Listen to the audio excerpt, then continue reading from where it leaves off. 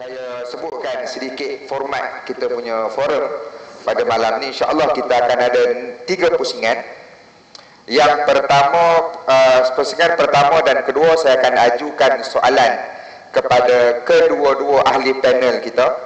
Kemudian pusingan yang ketiga akan ada penggulungan lah daripada kedua-dua panel kita pada malam ni, insyaAllah.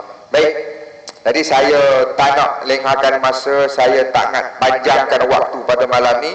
Saya suka lebih untuk memberi ruang kepada ahli panel kita untuk berkongsi dengan jemaah sekalian berkenaan dengan tajuk ataupun forum kita pada malam ni. Baik, jadi saya terus pada yang berbahagia pada Ustaz Nazmi Karim. Ustaz,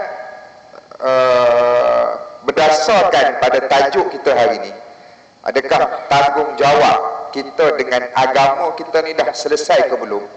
Cuma sebelum daripada tu, kita nak tahu dan kita nak faham apa pandangan Islam, pandangan dalam sudut agama kita berkenaan dengan jiwa yang merdeka. Dipersilakan, Ustaz. Ada, okey. A'udzubillahi minasyaitonir rajim. Bismillahirrahmanirrahim. Assalamualaikum warahmatullahi taala wabarakatuh. Alhamdulillahi rabbil alamin wassalatu wassalamu ala sayidina Muhammadin wa ala alihi wa sahbihi ajmain. Allahumma 'allimna ma yanfa'una wanfa'na bima 'allamtana wa zidna 'ilman wa 'amalan mutaqabbalan warzuqna rizqan halalan katsiran wasi'an ya arhamar rahimin. اللهم إنا قد استودعناك بما علمتناه فاردره إلينا عند حاجتنا إليه ولا تنسنا يا رب العالمين. اللهم أخرجنا من ظلمات الجهل وأكرمنا بنور العلم وأحسن أخلاقنا بنور الحلم وصلى الله على سيدنا محمد وعلى آله وصحبه وبارك وسلم. أما بعد. Alhamdulillah, bersyukur kita kepada Allah Subhanahu wa taala kerana dengan taufik dan hidayahnya dapat sama-sama kita beriktikaf di dalam masjid ini.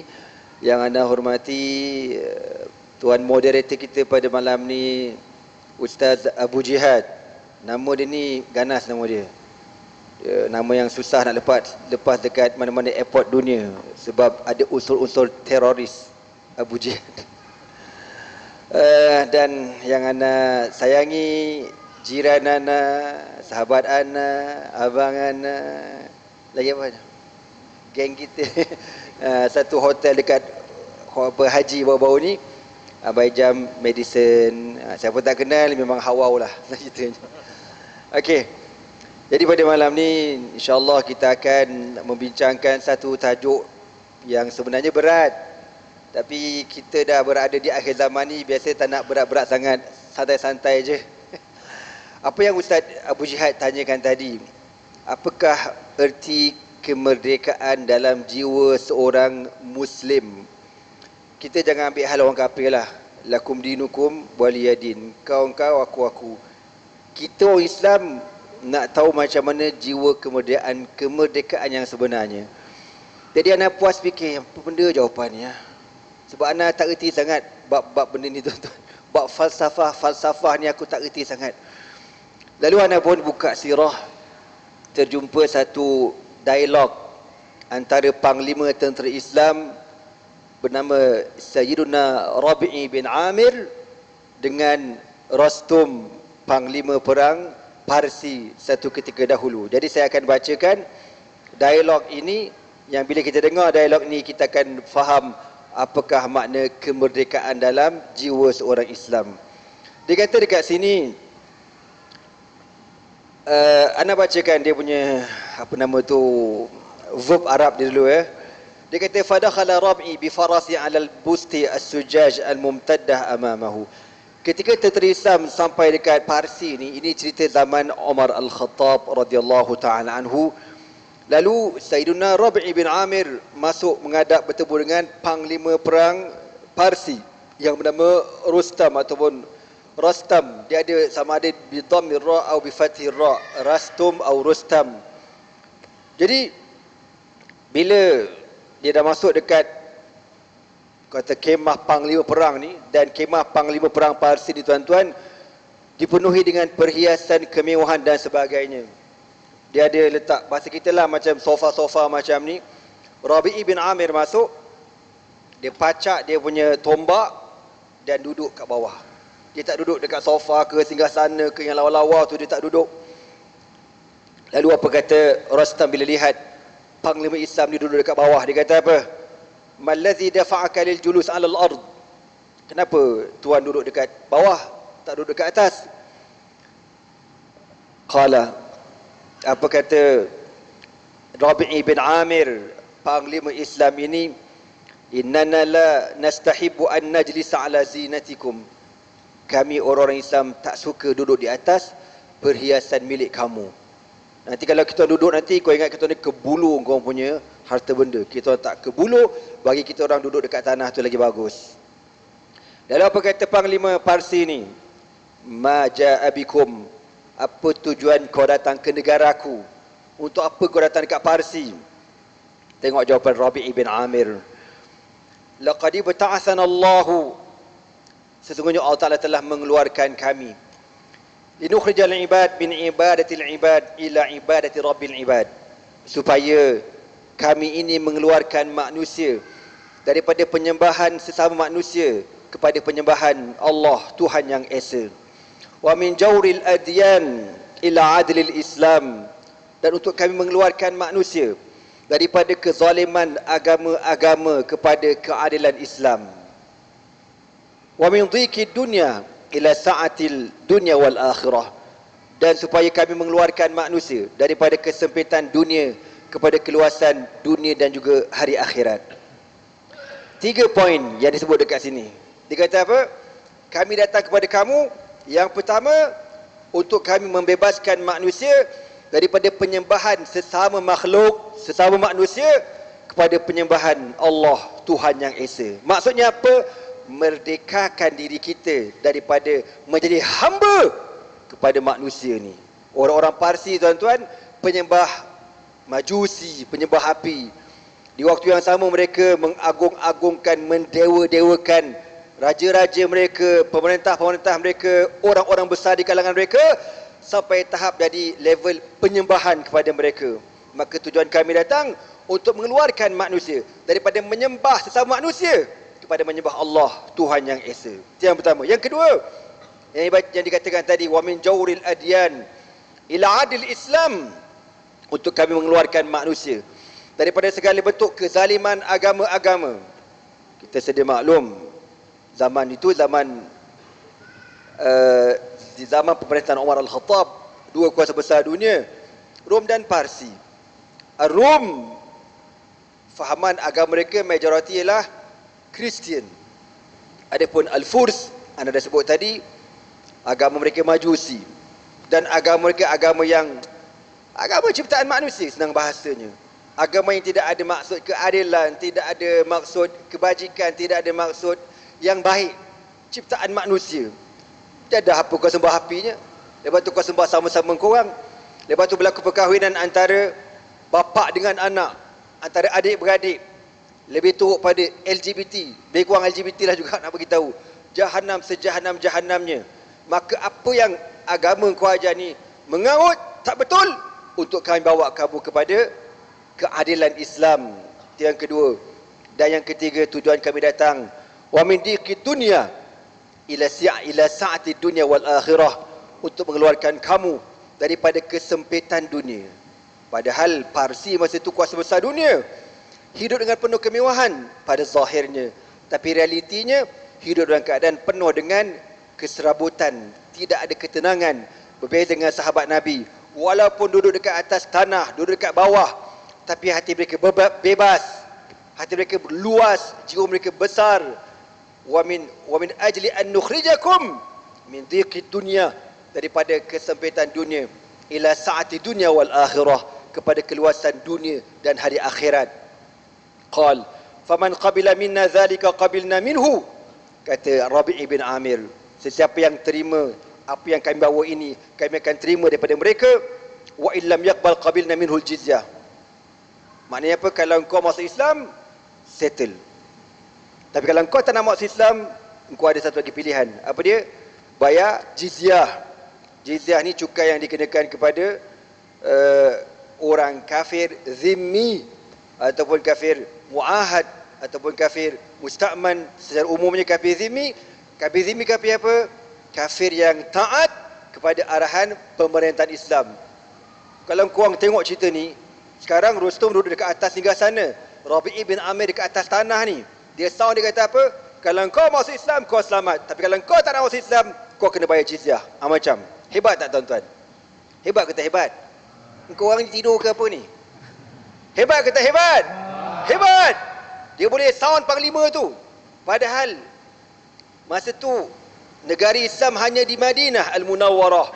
Tapi dia boleh sound panglima, fa in qabilna minhu qabilna mink. Kalau kamu terima apa yang kami nak, kami akan terima kamu masuk Islam, selamat.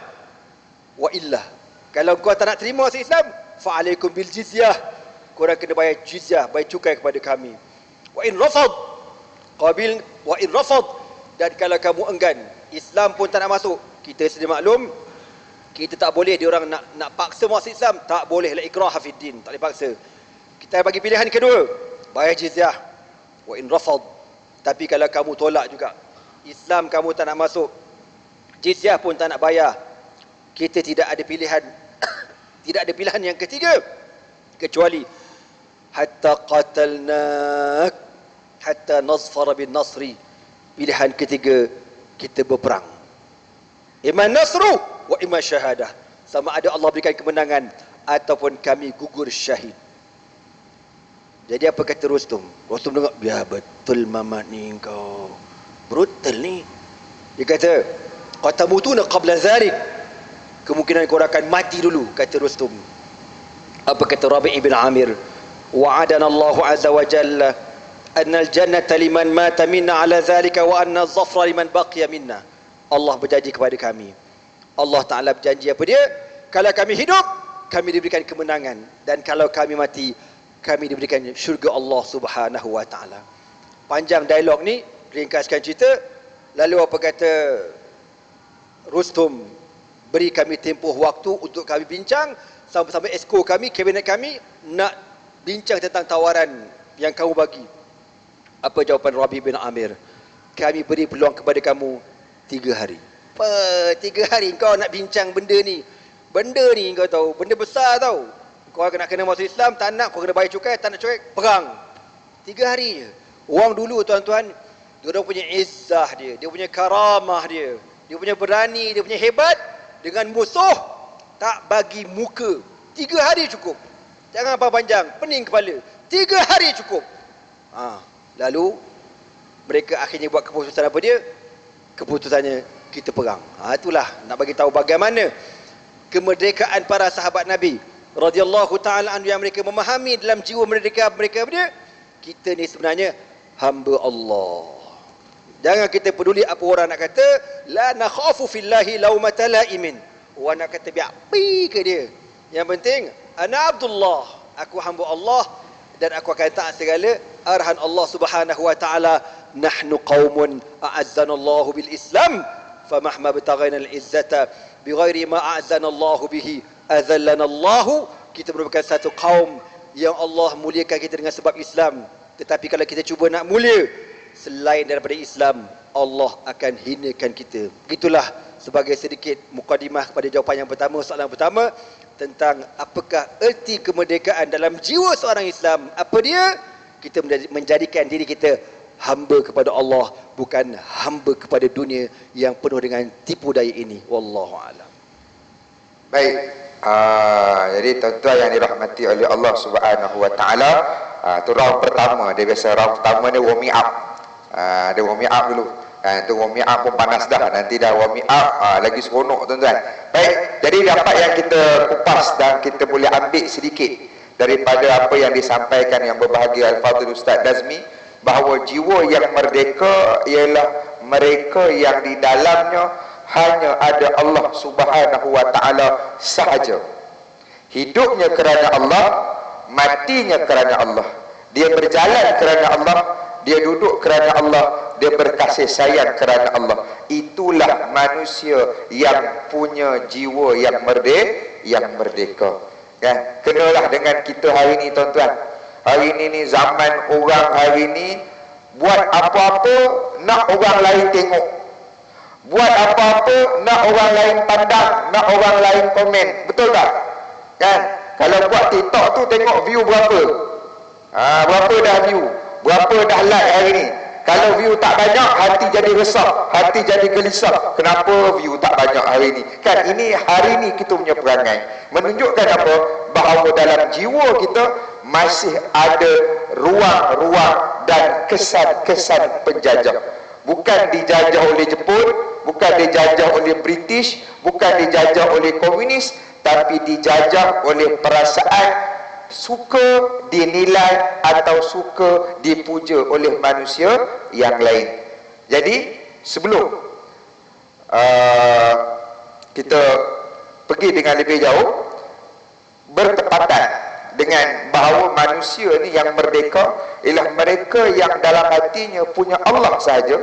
Jadi di sebelah Ustaz Nazmi kita ni, Abang Ijab kita ni tuan-tuan, kita kenal dia, kita tahu sejarah dia. Sebelum ni beliau seorang artis, kemudian berhijrah dan sebagainya. Jadi beliau berada pada sebelum orang nak famous dengan TikTok, Instagram apa semua dulu, Abang Ijab ni dulu dah famous dah. Kan? Dengar nama dia terus ingat Tika begini kan. Terus teringat yang tu je tuan-tuan. Terus teringat lagu tu. Tak ada lagu lain dah. Kan? Kita ingat dia. Baik, jadi untuk Abang Ijab, boleh tak Abang Ijab cerita sikit, kongsikan sikit dengan kami ni, orang-orang Baiduri, orang-orang seksyen jemaah Masjid Datuk Haji Kamaruddin, berkenaan dengan sedikit sebanyak macam mana kisah hidup Abang Ijab dan bagaimana atau apa yang menginspirasikan Abang Ijab untuk berhijrah. Dipersilakan. Bismillahirrahmanirrahim. Alhamdulillahirabbil alamin. Innal hamdalillah nahmaduhu nasta'inu nastahdi wa nastaghfiru wa nu'minu bihi wa natawakkalu alayhi wa na'udzu billahi min shururi anfusina wa min sayyiati a'malina may yahdihillahu fala mudilla lahu wa may yudlil fala hadiya lahu ashhadu an la ilaha illallah wahdahu la syarika lahu wa ashhadu anna Muhammadan 'abduhu wa rasuluh.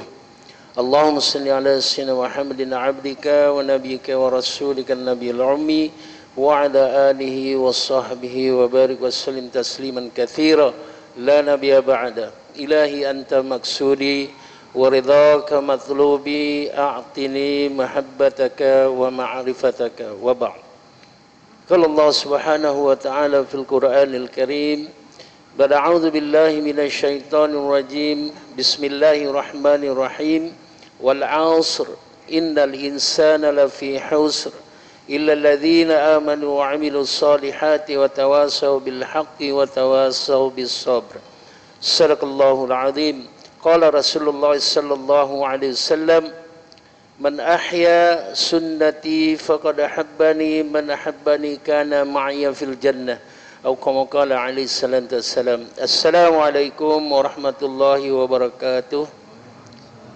Alhamdulillah, Allahumma salli ala Muhammad. Terima kasih ramai sekali insya-Allah kepada tuan moderator Al-Fadil Ustaz Abu Jihad, masya-Allah, pada inilah tuan guru saya insya-Allah, dan juga AKA adinda saya, AKA sahabat saya, rakan seperjuangan di Mekah Madinah dulu ketika menunaikan fardu haji, masya-Allah, ya, Fadil Ustaz Nazmi, Ustaz Nazmi Smackdown, insya-Allah. Saya mula-mula tu tak faham kenapa, tapi apabila kenapa nama Smackdown ada, ketika saya duduk di TTDI Jaya, satu karya dengan Ustaz selalu juga bagi kuliah dan juga khutbah Jumaat di Masjid Al-Ittizam. Ustaz Nazmi ni kalau dia bagi khutbah tak dicat nak tidur. Pasal apa? Tombak tu dia hentak. Orang takkan nak tidur. Oh, baru boleh faham. Masya Allah, macam mana dia dapat gelaran Smackdown tu. Alhamdulillah kepada sahabat lama saya tu, subhanallah. Tahu-tahu dah jadi nazir lah Masjid Datuk Haji Kamaruddin ni, Ustaz Farizuddin. Kalau nak tahu sejarah, beliau ni lah yang approvekan saya punya CV ataupun resume saya untuk bekerja dengan company ketika itu, jadi bos ketika itu. Saya diterima bekerja dengan offshore work sebagai penyelam profesional. Terima kasih jemput saya hari ini, dan alhamdulillah dapat kita bertemu kembali insya-Allah. Dan kepada timbalan Nazir ni, insya-Allah, ni adik yang paling nakal sekali ketika dekat Mekah ni. Dia banyak mengisi orang. Masya-Allah. Dia check and balance lah. InsyaAllah. Ustaz Al-Fadhil, Ustaz Syarizan, Ustaz Alias, Ustaz Farul Razim, insyaAllah. Dan semua sekali hadirin hadirat, muslimin muslimat yang dirahmati oleh Allah Subhanahu wa taala sekalian. Masya-Allah, inilah cerita, walaupun soalan itu soalan yang berkenaan dengan pengalaman hidup saya, tapi inilah dia sebenarnya bagaimana Allah melorongkan saya untuk mencari kemerdekaan untuk diri saya. Subhanallah. Saya ni seperti orang biasa juga, sama. Semua orang yang berada dalam Dewan Solat ini, subhanallah. Kerana nakkan apa? Hari ini kita belajar tinggi-tinggi, kita bekerja siang dan malam, kita berfikir apa yang perlu kita buat itu dan ini untuk mendapat apa, tuan-tuan? Satu perkataan, kejayaan. Betul kan? Merdeka ni kejayaan. Saya pun gitu juga, nak jadi orang yang berjaya. Sedangkan saya berfikir hari itu, saya sentiasa positif. Kerana saya fikir saya dari sudut akademi, saya bukan orang yang berjaya. SPM 3 je. Tapi saya tahu saya jenis orang yang hands on. Saya keluar ke lapangan pekerjaan, saya tahu buat kerja. Kata orang Jawa, I'm a fast learner. Saya cepat belajar. Kalau bagi saya satu plan macam mana untuk buat masjid ni, bagi saya study, saya boleh buat, insyaAllah. Macam tu, saya jenis macam tu. Tapi akademik saya tak ada. Adakah saya tak boleh nak berjaya dalam hidup saya? Tak, saya cakap. Mesti ada jalan lain untuk saya mendapat kejayaan apa yang saya idamkan. Jadi apa dia pilihan dia? Jadi penyanyi rock. Mak saya ni ustazah, bapak saya ni ustaz, tuan-tuan. Ustaz, ustazah mendapat seorang anak lelaki. Dalam keluarga saya seorang lelaki. Yang diharapkan untuk menjadi apa? Sekurang-kurangnya jadi macam bapak dia. Bapak saya ni mengajar Al-Quran, mengajar agama, tuan-tuan. Jadi dapat anak seorang lelaki dididik dengan agama, subhanallah. Daripada kecil saya dah buat hafalan, berzanji, marhaban, nasyid. Hidup ini bagai lampu dinding. Saya dibesarkan dengan lagu-lagu yang begitu. Salla alaika Allahu ya Adnani. Nak pergi sekolah hanya mak saya akan buka channel yang ada lagu-lagu nasyid. Begitu saya dibesarkan. Bapa sini pula, mai sini dek. Abang nak kerja, hari ni abang bagi kau tas bagi kerja rumah. Apa dia? Surah As-Sajdah abang bagi 2 minggu hafal. Surah Sajadah 2 minggu bagi hafal. Saya tasmik dengan mak saya. Mak saya inilah dengar saya baca betulkan tajwid, betulkan makhraj huruf dan sebagainya. Sehinggalah saya hafal, hari yang ke-15 bapak saya akan jumpa saya. Okey, baca. Begitu cara bapak saya mendidik saya. Tapi akhirnya di pertengahan jalan, bukan akhir, belum akhir lagi.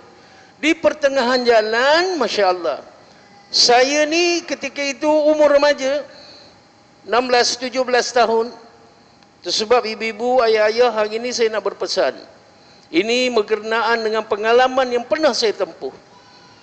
Anak-anak 16, 17, 18, 19, 20, 21. Ini waktu yang kritikal bagi anak remaja kita. Kritikal kerana apa? Ketika itu anak ini mencari apa? Identiti dia. Yang dikatakan pakai psikologi krisis identiti. Dia mencari identiti. Dia nak jadi apa? Aku belajar tak tinggi ataupun aku belajar tinggi. Dia nak mencari apakah perkara yang harus dibuat untuk masa depan dia untuk mendapat apa yang dia nak. Apa yang dia nak itu bergantung kepada suasana ketika dia duduk ketika itu. Jadi suasana ini amat penting. Kalau nak anak kita ni jadi apa, rider motor kan, jadi racer MotoGP kan, ketika itu anak daripada kecil dididiklah dengan motor, akhirnya akan jadi mak rempit juga, jadi mak motor, betul kan? Kalau nak anak kita ni jadi kontraktor yang berjaya, dedahkan dia dengan kerja-kerja kontraktor, bina rumah, duduk dengan kontraktor, hari-hari cerita pasal projek, macam mana nak kira, nak buat bajet dan sebagainya. Kalau nak anak ini jadi rockers, dudukkan anak ini dalam suasana rock. Ketika itu 86 rock tengah memuncak naik, tuan-tuan. Dekat kampung, dekat Negeri Sembilan tu, satu kampung tuan-tuan, rantau tu kurang busuk-busuk pun ada 3 kumpulan rock, betul? Saya tak tahu dekat Selangor ni macam mana. Tapi di Negeri Sembilan ketika itu, di rantau ada 3 kumpulan rock. Jadi senarionya ketika itu, keadaannya ketika itu, rock sedang berkembang. Jadi saya ni sedang mencari identiti saya. Mak bapak saya ni nak hantar saya mengaji pondok, nak dijadikan ustaz ataupun anak yang baik, dan lebih tepat anak yang soleh. Kenapa anak yang soleh? Kerana anak yang soleh-solehah ini doanya laku di sisi Allah Subhanahu Wa Taala ketika mak bapak dalam kubur, betul tak? Kalau mati anak Adam ini, mati terputuslah amalannya hanya kecuali 3 perkara. Amal jariah, yang kedua ilmu yang manfaat, dan yang ketiga doa anak yang soleh. InsyaAllah. Begitulah faham mak dengan bapa saya ni, subhanallah. Habis satu hari, masya-Allah, saya cakap dengan mak saya, mak nak ngaji pondok ni lambat lagi ni. Apa kata saya keluar kejap pergi kerja? Bila saya kerja saya ada gaji. Bila saya ada gaji saya boleh simpan duit gaji saya. Bila saya ada simpanan, besok saya ngaji pondok, saya tak menyusahkan mak, saya boleh pakai duit simpanan saya. Bijak tak setan ni, tuan-tuan? Kan? Jadi mak saya pun termakan di akal dia. Dia cakap, betul aja. Ketika mak saya betul dan membenarkan saya keluar bekerja, ketika itu setan rasa dialah orang yang berjaya ataupun dialah makhluk yang merdeka. Yes, Ijam keluar daripada suasana agama. Tuan-tuan, di rumah saya ni, mak saya mengajar ngaji 30-40 anak murid pagi, 30-40 anak murid malam, subhanallah.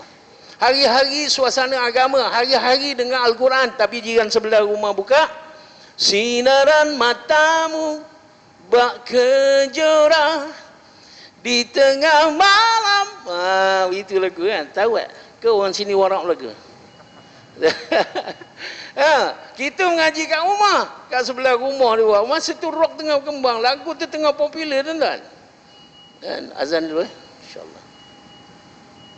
InsyaAllah kita sambung. Rahmanirrahim. Nahmaduhu nusallim ala rasul karim, amma ba'd. Allahumma salli ala Muhammad wa ala alihi wa sahbihi wa barik wa sallim. Jadi tuan-tuan, kita sambung cerita tu balik. Subhanallah. Jadi apabila saya keluar kerja, maknanya suasana tu dah berubah. Kalau yang dulunya duduk dalam suasana mengaji Al-Quran, membantu mak dengan bapa saya mengajar anak-anak kampung mengaji Quran, hari-hari menghadap Quran, subhanallah.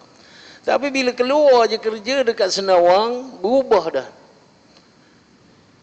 Bila? Ketika itulah, Masya Allah.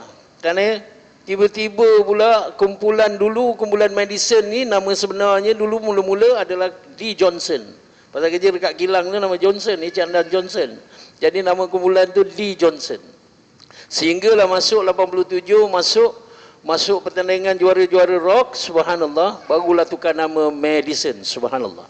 Jadi nak ceritanya tentang Allahumma salli ala Muhammad, apabila tukar suasana, dan ketika itu pula kumpulan ini sedang mencari penyanyi utama yang baru. Kerana penyanyi lama berhenti kerja kerajaan yang ada lebih masa depan. Kerja kilang tak ada masa depan, subhanallah. Jadi kita cubalah, kita pun ada suara. Kan? Kita tengok audition, kena pula. Oh, jadi tukarlah penyanyi itu kepada Ijam Madison, masya-Allah. Ijam jadi penyanyi utama, ramai peminat. 1 Negeri Sembilan orang kenal kumpulan itu, tapi tak kenal orangnya. Pasal masa dulu tak ada medsos, tak ada FB, tak ada TikTok, tuan-tuan, kan? Tapi orang kenal nama Madison ni, subhanallah. Jadi jadilah penyanyi rock. Kerana apa? Duduk di dalam suasana rockers. Jadilah kita rockers. Jadi nak bagi tahu ayah-ayah dengan ibu-ibu ni, suasana ni main peranan yang penting untuk anak-anak kita. Lebih-lebih lagi anak remaja kita ni jangan dibiarkan. Jangan kita putus asa dalam mendidik anak kita yang degil ke, yang apa ke, masya-Allah, yang tak dengar kata ni, kena doakan banyak-banyak. Dan lebih-lebih lagi, masya-Allah, kena ambil tahu siapa kawan anak ini, dia duduk di mana hari-hari, tempat lepak ada di mana. Ibu-ibu, ayah-ayah kena ambil tahu. Kalau tidak, duduk di salah suasana, dia akan jadi salah. Kalau suasananya betul, dia akan jadi betul.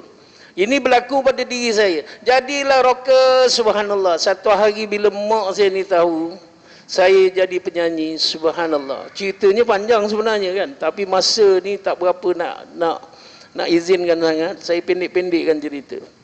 Macam mana mak saya boleh tahu saya jadi penyanyi rock?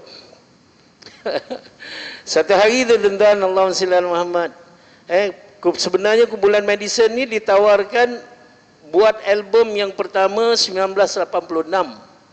Tapi bukannya album yang solo. Album bersama dengan kumpulan-kumpulan yang lain dengan niat nak melawan ataupun nak bersaing dengan Battle of the Band. Ingat tak Battle of the Band? Ada 5 kumpulan buat satu album. Betul kan? Ray Ma'ruf dengan White Steel, Ella and the Band, lagi Bloodshed, siapa lagi? SYJ, ada lagi satu kumpulan. 5 kumpulan buat satu album, pum, meletup. Jadi kita pun nak buatlah 4 kumpulan buat satu album. Kumpulan apa? Pratayuda, penyanyi utama dia. Itu kumpulan pertama bagi Datuk Hatan tu, Pratayuda. Salim, arwah Salim, masya-Allah, penyanyi utama bagi kumpulan Midnight. Bukan Iklim kumpulan dia yang pertama. Kumpulan dia Midnight yang pertama, masya-Allah. Dan The Kids daripada Terengganu dan kumpulan Madison. Buat album tapi tak berjaya dipasarkan di Malaysia kerana begitu kuatnya Battle of the Band ni. Lalu plan B, marketing. Jual dekat mana? Jual dekat Singapura. Tuan-tuan, untuk pengetahuan, saya dibesarkan di Singapura 20 tahun. Bapa saya orang Singapura. Kan? Kawan-kawan saya yang membesar di Singapura semua cakap, Ijam pindah ke Malaysia, confirm jadi ustaz. Pasal dia tahu Malaysia ini ditakbir oleh orang Islam, banyak madrasah, banyak ma'had hafiz. Kan? Confirm Ijam akan jadi ustaz. Tengok-tengok aja, boom, album dipasarkan di Singapura, album itu meletup pula. Jadi kawan-kawan yang besar dengan saya ni tengok, ini anak Pak Sair. Pak Sair tu bapa tu. Ini anak Pak Sair, ingat jadi ustaz, jadi penyanyi rock. Dia balik rumah, dia bagi tahu mak dia. Mak dia dengan mak saya ni masih berhubung. Teleponlah kawan mak saya ni. Apa dah jadi maknya? Orang Singapura semua panggil mak saya ini mak nyonya. Maknya lah singkatannya. Apa dah jadi maknya? Ingat Ijam ni jadi ustaz, jadi penyanyi rock pula. Mak saya bila tahu, tuan-tuan. Mak saya ni garang, tuan-tuan. Dia punya garang dia, tuan-tuan. Apa benda yang tak singgah kat badan saya ni? Pinggan, mangkuk, gelas, cawan, semua habis dah. Punyalah pelesit dulu, jahat, nakal dulu kan. Subhanallah. Jadi bila mak saya tahu, balik rumah tu, Allahu Akbar, dia terus dia serang dia. Orang Singapura semua cakap kau dah jadi penyanyi rock, betul ke? Saya dah masa tu dah sangat minat nak jadi penyanyi. Orang dah boleh terima saya jadi penyanyi. Orang dah puji saya, suara sedap lah, itulah, inilah. Untuk jadi penyanyi rock ni memang kenalah kat kau Jam kan. Jadi kita dah seronok. Bila dah seronok tu, tak ada siapa yang boleh halang. Lalu walaupun mak saya yang begitu garang sekalipun, saya terus dijawab, ya mak, saya dah jadi penyanyi rock. Oh, saya ingat mak saya nak bantai saya sanggup bertahan juga. Tapi tak, mak saya tu masuk bilik, sejak daripada hari itu lebih kurang 3-4 malam dia tak keluar rumah. Dia tak keluar daripada bilik tu. Lalu bapak saya pun datang kat dia, subhanallah. Sebelum tu bapak saya jumpa saya, jam mak engkau ni 4-5 hari ni tak keluar bilik ni. Masak tidak. Uruskan pakaian abah tidak. Bapak saya imam. Tiap-tiap waktu kadang dia nak tukar jubah, subhanallah kan. Jubah tak bergosok. Apa dah berlaku dengan mak engkau ni? Ada sesuatu yang tak kena ni. Kenapa jam? Cakap tak tahulah bah. Mungkin mak dah tahu orang dah jadi penyanyi rock. Itu yang mak sedih tu. Jam, bapak saya ni hatinya sangat lembut, penuh kasih sayang. Bapak saya jentik, tengking anak pun tak pernah buat. Jentik pun tak pernah sekali. Jadi bapak saya ni cakap apa? Jam, kau tahu tak? Apa hukumnya seorang anak menumpahkan setitis air mata ibu ke bumi? Bumi ni akan melaknat kau jam. Sebelum apa-apa berlaku pada diri kau, pergi minta maaf dengan mak. Ni cara bapak saya. Saya minta maaf. Mak, ampunkan saya mak.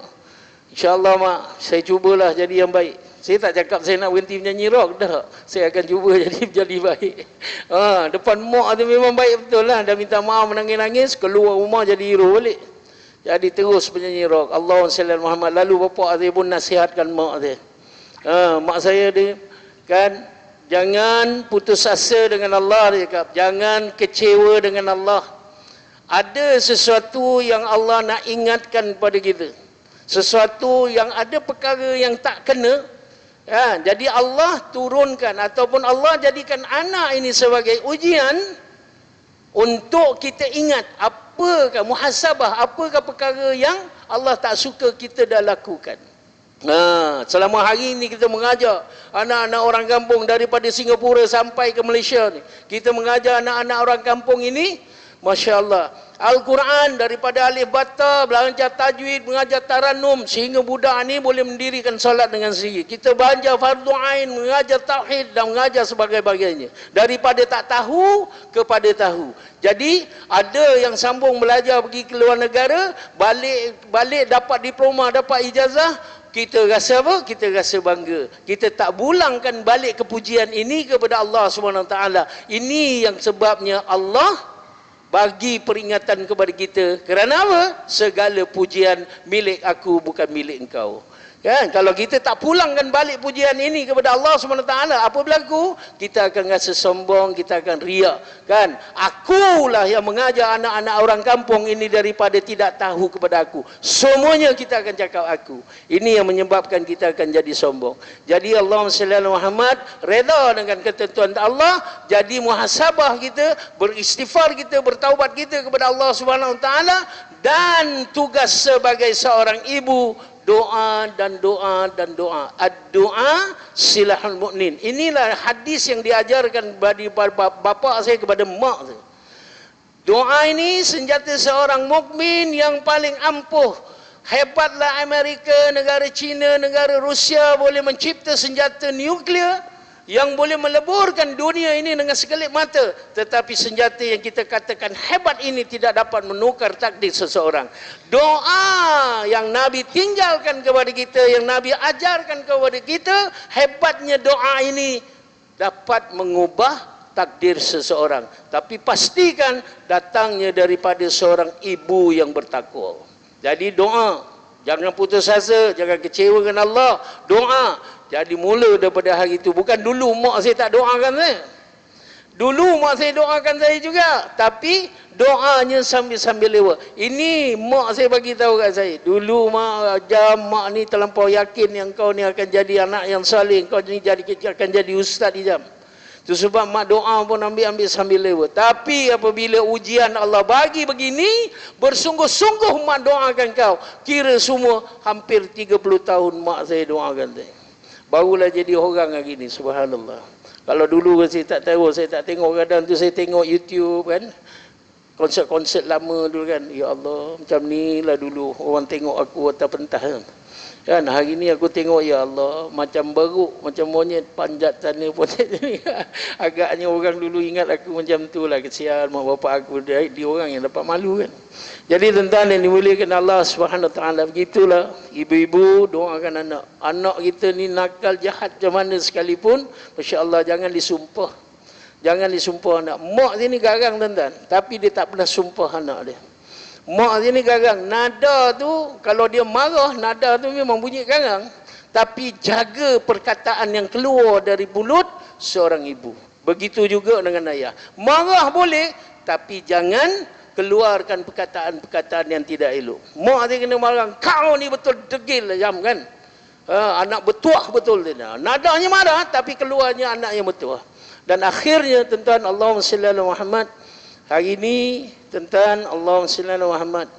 Ya, orang panggil saya, ramai orang panggil saya ustaz, saya aminkan dalam hati, tapi masya-Allah belum jadi ustaz lagi, baru nak start jadi ustaz. Ini dengan sahabat saya, masih lagi menadah kitab dengan guru saya Maulana Wan Helmi, Maulana Zawawi, subhanallah, Maulana Johari, dan siapa-siapa saja orang alim tuan guru, masya-Allah, yang saya rasakan saya nak belajar, saya boleh terima ilmu dia, masya-Allah, saya boleh faham ilmu dia, apa penjelasannya, masya-Allah, saya akan menuntut.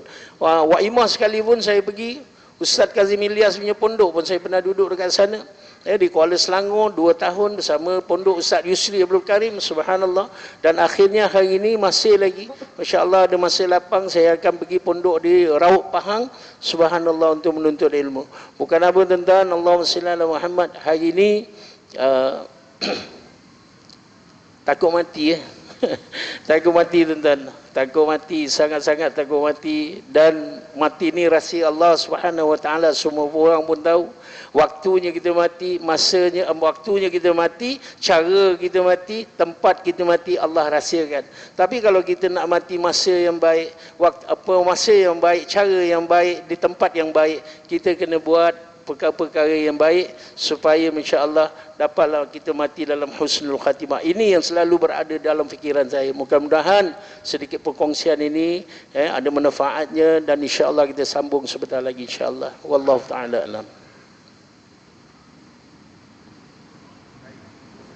Baik, tuan-tuan yang dirahmati oleh Allah Subhanahu Wa Taala, tu serba sedikit kisah perjalanan hidup abang hijab kita yang mungkin abang-abang haji-haji yang lebih pada 50-an mungkin pernah tengok abang hijab ni dua zaman kan, zaman yang dulu, zaman yang sekarang. Jadi tu perjalanan dia, tu cerita dia.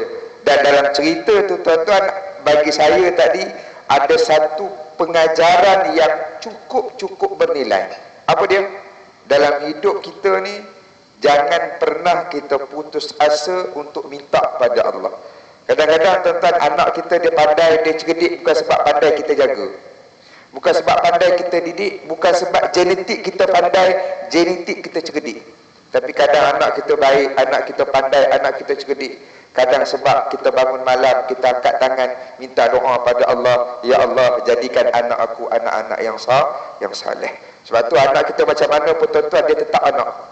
Dia suami boleh jadi bekas suami, isteri boleh jadi bekas isteri, tapi anak tidak akan jadi bekas anak. Maka anak kita macam mana pun atas dunia ni tuan-tuan, dan doa minta pada Allah supaya Allah jadikan anak kita anak-anak yang baik insya-Allah. Tuan-tuan yang dirahmati oleh Allah, baik, saya terus pada pusingan yang kedua, pada yang berbahagia Ustaz Nazmi. Cuma tadi Ustaz, masa Abang Ijam nyanyi, nampak Ustaz ikut Abang Ijam nyanyi tadi. Ada nak pernah jadi penyanyi rock ke Ustaz? Nampak suara tu sama Ustaz. Ustaz nyanyi ke sikit nanti kan. Oleh Allah Subhanahu Wa Taala. Baik, ada soalan pada Ustaz Nazmi Smackdown gitu. Saya lupa nak kenalkan. Ustaz Nazmi kita ni terkenal dengan Smackdown dia. Walaupun dia taklah besar macam Undertaker, ada kecil je orangnya, tapi suaranya besar tuan-tuan. Ada kalau Smackdown, daripada atas sampai bawah semua kena Ustaz. Baik, tuan-tuan dirahmati oleh Allah. Ustaz, soalan dia, kita dah merdeka 66 tahun. Lama. Kan? Kalau ikut umur Ustaz, umur mak Nabi ni, Nabi sebut mati lah tuan-tuan. Umur mak Nabi antara 60 sampai 63. Baik, jadi Ustaz, adakah dalam 60 tahun 66 tahun kita merdeka ni, adakah kita di Malaysia ni benar-benar merdeka? Itu soalan dia. Bismillahirrahmanirrahim. Alhamdulillah wassalatu wassalam ala Rasulillah amma ba'du. Jadi tadi Ustaz Abu Jihad kata ana follow Abang Jam nyanyi tadi kan. Ialah pasal kita hidup sezaman 80-an tu kan, zaman jahiliah kan. Jadi anak pun adik-adik geng rockers juga. Kan zaman-zaman Iron Maiden, Scorpion, Led Zeppelin, Loudness, kan, Black Sabbath, apa barang. Jadi jahiliah tu masih ada lagi lah.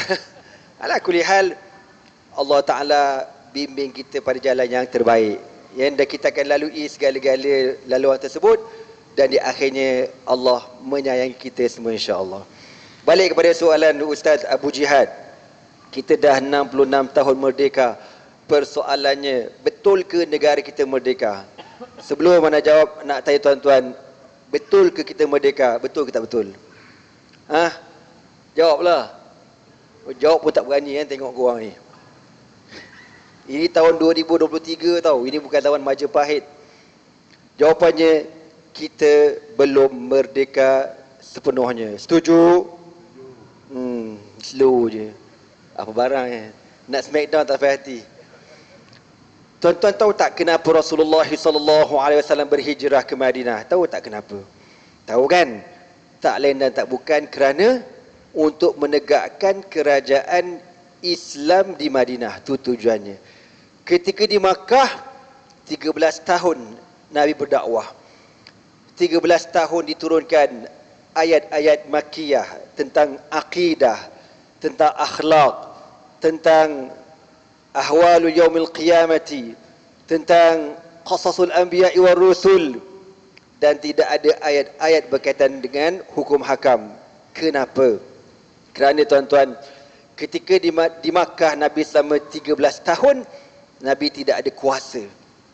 Kuasa dipegang oleh geng-geng Quraisy. Maka Nabi tak ada kuasa. Turunlah apa jenis ayat pun, kalau engkau tak ada kuasa, engkau takkan boleh buat apa.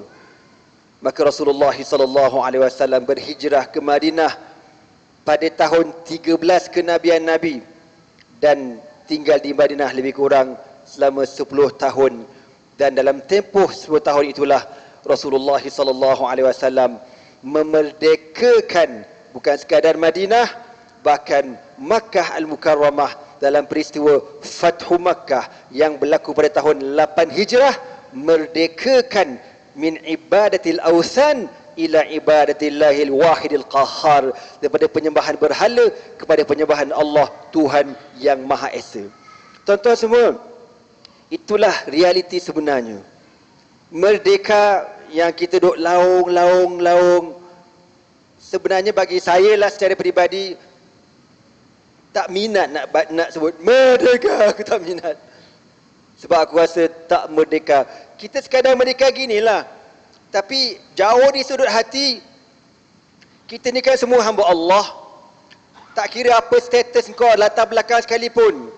Orang kampung, orang yang berjawatan, YB, MB, Perdana Menteri, Raja, Salatin, Sultan, selagi mana kehidupan kita ni daripada A sampai Z tak ikut semua yang Allah Ta'ala suruh, mana engkau belum merdeka lagi, mana engkau masih terikat lagi dengan barasin-barasin, belenggu-belenggu yang tak sepatutnya mengikat engkau.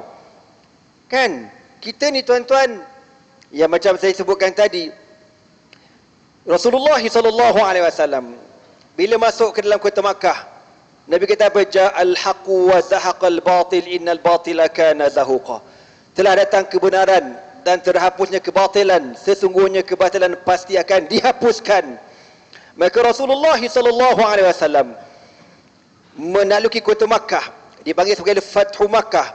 Daripada Fathu Makkah, memerdekakan Makkah daripada segala kesyirikan kepada Allah Subhanahu wa taala, kepada menyembah Allah Tuhan yang Esa. Dan daripada situlah bermulanya Al-Futuhatul Islamiyatu, pembukaan negara Islam satu demi satu, satu demi satu. Sebab tu kalau kita baca sejarah Islam ni, dia tidak ada istilah merdekakan negara tu, merdekakan negara ni, merdekakan, tak ada. Yang dia ada apa? Al-Futuhatul Islamiyah, pembukaan Islam, kemenangan Islam, kemenangan Islam, negara demi negara, negara demi negara. Dan ini kita lihat dalam sejarah yang luas terbentang di hadapan kita, bagaimana kehebatan umat Islam satu ketika dahulu memerdekakan, membebaskan negara-negara ini daripada fahaman jahiliah kepada fahaman Islam yang sebenar. Tuan-tuan semua, ada orang kata, maknanya apa Ustaz? Kita nak kena kembali pada Islam, macam nak kembali kepada Islam ni, ada orang kata kembali kepada Islam kita akan mundur.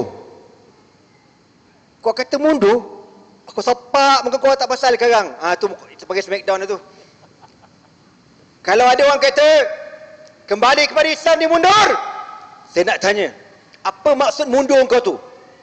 Adakah ketika mundur yang kau maksudkan ketika kerajaan Islam Osmaniyah Turki menguasai satu kawasan yang besar, mempunyai hubungan yang kuat dengan negara tanah Melayu satu ketika dahulu, Osmaniyah yang cukup digeruni oleh tentera-tentera Eropah dan sebagainya, adakah itu maksudnya mundur? Adakah maksud kau mundur kalau kita kembali kepada Islam? Kalau kita balik lagi ke belakang, di zaman kerajaan Islam yang dipimpin oleh Sultan Muhammad Al-Fatih, yang Nabi mengatakan la tuftahanna al-Qustantiniyatu fala ni'mal amiru zakal amiru wa la ni'mal jaishu zakal jaish, akan dikuasai kota Konstantinopel, yang akan menawan kota tersebut sebaik-baik ketua dan tenteranya sebaik-baik tentera. Adakah itu yang kau maksudkan sebagai mundur? Apabila Sultan Muhammad Al-Fatih berjaya menawan kota Konstantinia, kebenaran sabda Rasulullah SAW terbukti selepas 800 tahun kemudian. Adakah dengan maksud kau bila kembali kepada Islam mundur, kau nak balik ke belakang? Kau tengok apabila kerajaan Islam di zaman pemerintahan Sultan Salahuddin Al-Ayyubi berjaya mengembalikan Masjid Al-Aqsa yang dirampas oleh Salibiyin di Palestin, adakah itu dimaksudkan mundur? Kita kembali ke belakang lagi, apa maksud mundur yang kau kata ni? Maksud apa mundur? Adakah ketika kerajaan Islam Mamalik yang diketuai oleh Sultan Saifuddin Qutuz menewaskan tentera Mongol buat kali pertama dalam sejarah dalam peperangan Ain Jalut yang berlaku di dalam bulan Ramadan, adakah itu dimaksud dengan mundur? Adakah dengan maksud mundur apabila kau balik ke belakang, apabila tentera Islam yang diketuai oleh Tariq bin Ziyad selama 12,000 tentera berjaya mengalahkan tentera yang diketuai oleh Panglima Tentera Kristian, menentang antara tentera Islam 12,000 menentang 200,000 yang diketuai oleh seorang raja bernama Ladrik, dan dikalahkan oleh tentera Islam oleh Tariq bin Ziyad yang sama 12,000. Adakah itu maksud mundur? Adakah mundur apabila tentera Islam di zaman kerajaan Islam Bani Umayyah berjaya menguasai Andalus, Spain selama lebih 600 tahun? Adakah itu maksud mundur? Adakah mundur bila kita kembali kepada Islam, kita melihat bagaimana keadilan yang tak pernah berlaku di zaman Sayyidina Umar bin Abdul Aziz radhiyallahu ta'ala anhu? Adakah itu mundur?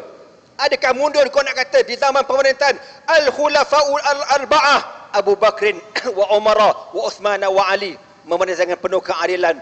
Adakah kau berani kata kembali kepada Islam merupakan kemunduran apabila Al-Quran diturunkan kepada baginda Rasulullah sallallahu alaihi wasallam lebih kurang 1400 tahun yang lampau, dan Al-Quran yang diturunkan 1400 tahun yang lampau tetap relevan ila yaumina hadza, sehingga saat hari ini Al-Quran tetap relevan. Berani kau kata mundur? Berani? Tahu tak apa? Jadi jangan buat main. Jangan buat main dengan Islam. Tuan-tuan semua, bagi saya sebenarnya kita tidak merdeka lagi. Kita sekadar merdeka, mercun, sekadar itu je. Tapi realitinya ni, laluan apa nama ni, highway federal ni, kau tengok belah kiri kilang arak ada babi biji. Apa nama, Heineken dengan apa tu? Apa barang orang PJ tak tahu. Kau masuk Shah Alam, kau tengok kas besar bapak, merdeka namanya tu. Merdeka namanya tu. Tak, kita tak merdeka lagi tuan-tuan. Sebenarnya kita tidak merdeka. Merdeka sebenarnya apabila kita berjaya mengikut segala arahan Allah Subhanahu wa taala, dan Allah taala bila kita mati besok, Allah mengizinkan kaki kita meniti atas titian sirat al-mustaqim dan seterusnya memasuki syurga Allah Subhanahu wa taala. Zalikal fawzul azim, itulah kemerdekaan yang paling besar. Wallahu alam. Tuan-tuan yang dirahmati oleh Allah Subhanahu wa taala, demikianlah hakikat dan makna kemerdekaan yang sebenar yang kita nak faham dari sudut pandangan agama kita, dari sudut apa yang disuruh oleh Allah Subhanahu wa taala. Bagaimana yang Ustaz sebut tadi, merdeka sebenar kita bukanlah kemerdekaan duniawi yang kita sambut, yang kita laungkan setiap tahun, tetapi hakikatnya kita masih lagi dijajah jiwa kita, dijajah kehidupan kita dengan kehidupan selain daripada kehidupan orang yang beriman kepada Allah Subhanahu wa taala. Dan kemerdekaan yang sebenar bagi orang yang beriman itu ialah bila bertemu dengan Allah menjadi orang yang berjaya di hari akhirat kelak. Jadi tuan-tuan yang dirahmati oleh Allah Subhanahu wa taala. Baik, saya nak pergi pula pada abai hijab kita. Baik. Jadi Abang Ijam tadi cerita tadi, dia ada dua sisi kehidupan dia, yang lampau dan yang sekarang. Jadi bila lampau yang dulu dan yang sekarang, dia ada perbezaan. Maka dia mesti ada kefahaman yang berbeza antara dua zaman ataupun dua situasi ini tadi. Maka saya nak tanya Abang Ijam sebagai orang kata perkongsian, apa orang kata apa pandangan Abang Ijam sebelum berhijrah dulu dan selepas berhijrah dengan makna kemerdekaan. Dulu faham macam mana, sekarang faham macam mana. Baik, dipersilakan. Bismillahirrahmanirrahim. Nahmaduhu nusalli sallim ala rasulillah amma. Kita muda dulu bila sebut merdeka aja, apa yang kita faham sekarang? Dan 31 Ogos malam tu kita dah sambut merdeka dah. Maknanya kita sambut merdeka tu kita happy, huri-huri sana sini, insya-Allah. Kan? Itu yang saya faham dulu. Insya-Allah. Jadi apabila masya-Allah kita faham begitu, maka timbullah pemikiran yang begitu. Happy, suka, negara kita dah bebas daripada penjajah kononnya, subhanallah. Jadi datang pemikiran apa? Pemikiran untuk kita dengar sejarah-sejarah dulu betapa hidup rakyat Malaysia ni dulu masya-Allah teruk kan, dijajah dengan Jepun, dijajah dengan British, subhanallah. Kerja pun susah, makan pun susah, nak buat apa susah, segala-galanya susah. Tapi bila merdeka je masya-Allah kita boleh buat apa saja. Begitu yang saya faham, saya boleh buat apa saja. Nak jadi rockers ke, kita nak jadi apa kan, suka hati mak kita. Subhanallah. Kan? Maka apabila kita salah mentafsirkannya, apa yang berlaku tentang kita akan berlaku pemikiran yang salah. Di antara pemikiran yang salah apa dia? Bro, kita hidup sekali je bro. Betul lah. Kita hidup sekali bro, kena enjoy. Betul lah tuan? Itu di antara ketika saya muda-muda dulu, pasal kita nak enjoy, kita muda lagi. Life begin at 40 brother. Selalu kita dengar kan, life begin at 40. Sekarang gua baru 23 tahun dah bro. Kan? Lambat lagi nak umur 40. Kita enjoy lah. Betul tak? Ini faham dulu. Masya-Allah.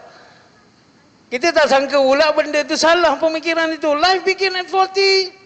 Sedangkan Rasulullah sallallahu alaihi wasallam saya dengar daripada seorang guru yang menjelaskan tentang dakwah Yahudi nak memesongkan hadis-hadis hadis-hadis daripada Rasulullah sallallahu alaihi wasallam. Di antaranya life begin at 40. Sebenarnya Rasulullah sallallahu alaihi wasallam bersabda untuk manusia ini matang dari sudut akademik. Saya gunakan bahasa sekarang mudah. Manusia nak matang dari segi akademiknya mengambil masa 15 tahun. Cuba kita kira daripada sekolah darjah 1 sampai kita masuk universiti, kita keluar, kita matang dalam bidang ilmu tu, subhanallah, kita layak buat kerja dah. Dengan degree tu. Betul lah tuan, kita matang dengan ilmu tu, subhanallah. Dan Rasulullah tambah lagi, untuk manusia ini matang dari sudut tabi'i, perangai, pemikiran, perangai, subhanallah, mengambil masa 40 tahun. Itu hadis dia. Itu sebab kita perhatikan hari ini tentang kebanyakan Nabi-Nabi dan Rasul dilantik menjadi Nabi dan Rasul ketika umurnya 40 tahun, termasuklah kekasih kita baginda Rasulullah sallallahu ta'ala alaihi wasallam. Bro, kita hidup saja sekali je bro. Kita kena enjoy. Betul tak tuan-tuan? Saya ingat dulu betul. Kita pun enjoy lah, subhanallah. Tapi apabila Allah curahkan hidayah, Allah bukakan pintu hati ini untuk mengusahakan iman, menjadilah orang yang beriman, akhirnya kita dapat fikir, sebenarnya mati itu, mati yang sekali, hidup 2 kali.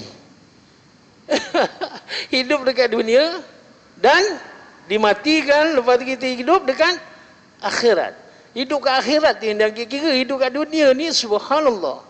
Kerana sebagai ujian bagaimana kita perlakukan dunia ini untuk kebahagiaan di akhirat. Ad-dunya mazra'atul akhirah. Jadikan dunia ini sebagai jembatan untuk kebahagiaan kita dekat akhirat.